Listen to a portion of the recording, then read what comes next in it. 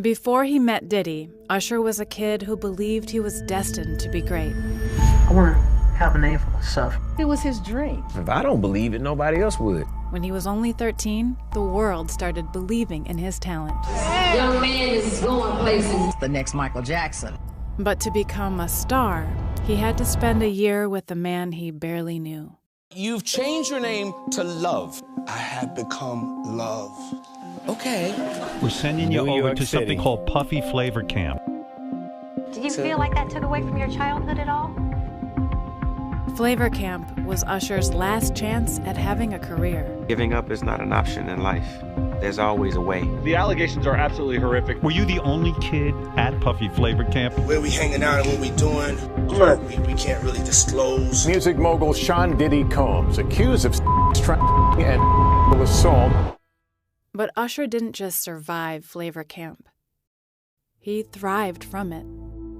You know, I'll never forget the first day I'm getting ready to do a showcase for my record company. My golden ticket was my voice. And I lost it.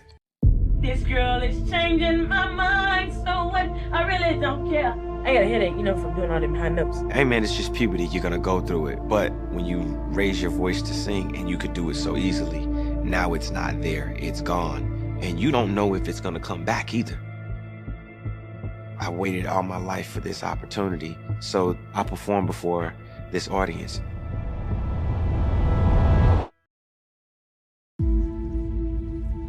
I think I may have ran about 10 miles. When I got back, my mother, she told me, I know this is hard, but we're gonna fight for it. We're gonna fight through it, and I'm gonna make sure that they don't drop you. When Usher was just 13 years old, his mother was hell-bent on making him a star. I mean, I had a mother who was strict.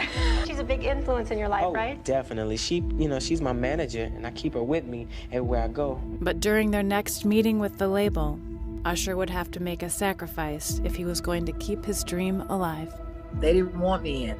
They would actually say, you're too close to the project. Oh, Puffy was there. I didn't know him. And he said, you're going to have to trust me.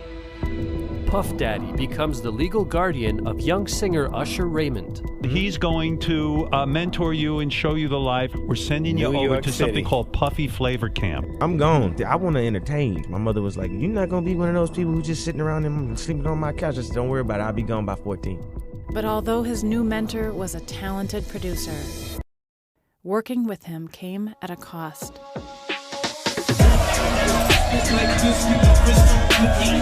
You can believe the hype. We banging, baby. As you see, it's female friendly. We showing the off tonight. You spent $1.5 million on this party? I think they never been to a Diddy party. But Usher was quickly thrown into a world he didn't understand. Most kids would be excited about it. I'm around grown women, and I'm seeing them do things, and The rumors keep mounting about rapper Diddy's parties. The allegations are absolutely horrific. The parties had a reputation for being filled with drugs, orgies, and suspicious behavior around children. Breaking news. Diddy adopted a white child. You still have beautiful parents, but you're my child also. Now, how the did the Me Too movement miss this? Man. Where we hanging out and what we doing, we can't really disclose, but it's definitely a 15-year-old's dream. I don't have legal guardianship of him. I had legal guardianship of Usher when he did his first album. I did Usher's first album, but for the next 48 hours, he's with me. So and we gonna go full crazy. Going Crazy. How did you make sure that people didn't take advantage of him?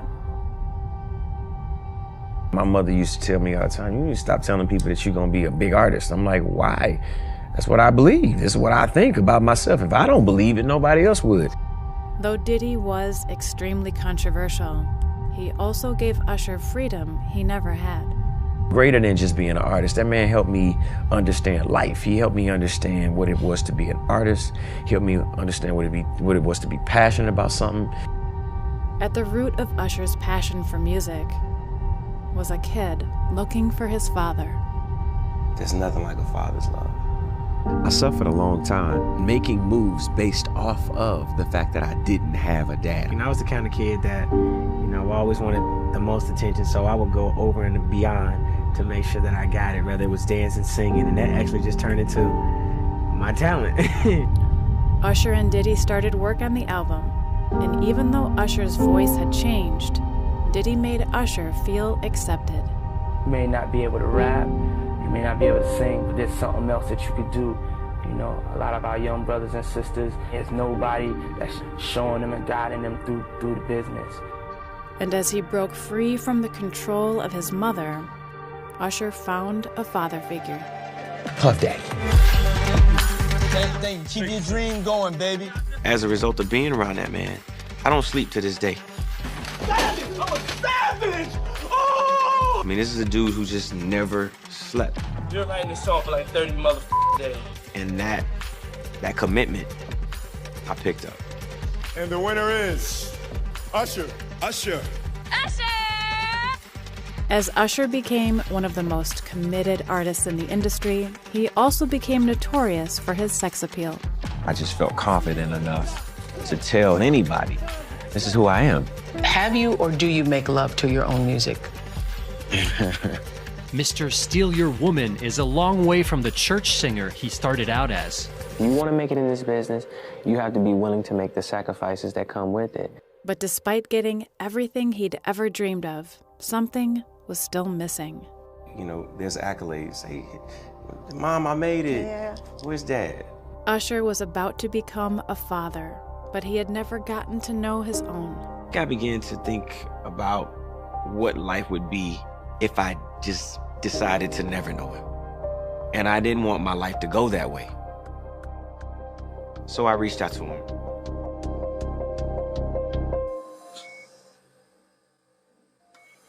It was so hard. It was hard because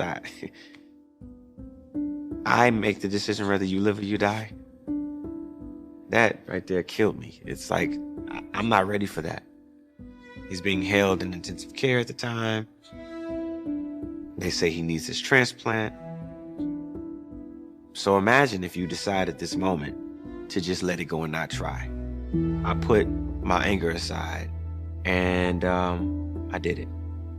And within the process of undergoing a liver transplant, he slipped into a coma and he didn't make it back.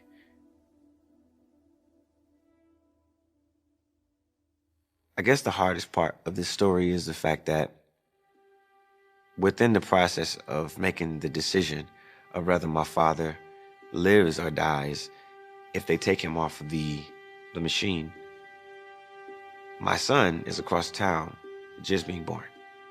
The whole purpose and reason behind even trying to fix this relationship was to make sure that my son knew where his name came from. But I lost that opportunity. He never got a chance to meet him.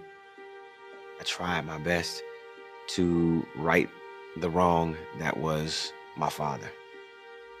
He made a decision not to be in my life. So now I make the decision to be in my children's life. Now, Usher watches closely over his kids, like his mother used to do with him. I personally hold you to a higher standard because I know what work it takes to be great. Anything that you want to be great at, you have to make it a process. Like it's a part of your every thought. Over time, Usher distanced himself from Diddy, but he gave his kids the freedom to be themselves, like he'd learned from him. To have a dad that you could talk to and be able to be transparent with to help your kids, I think it's important. Usher and Nadeed will never know a day where there's a father who wasn't there or who elects not to be there. I'm gonna be there for them. I'm gonna be as helpful as I possibly can and be strong for them and strong with them. Guys, look at this guy walking. Uh-oh. He turns 14 today. You thought I was gonna miss this? You crazy. When life shows itself to be tumultuous, it's because you're being prepared for something greater. That's what I believe.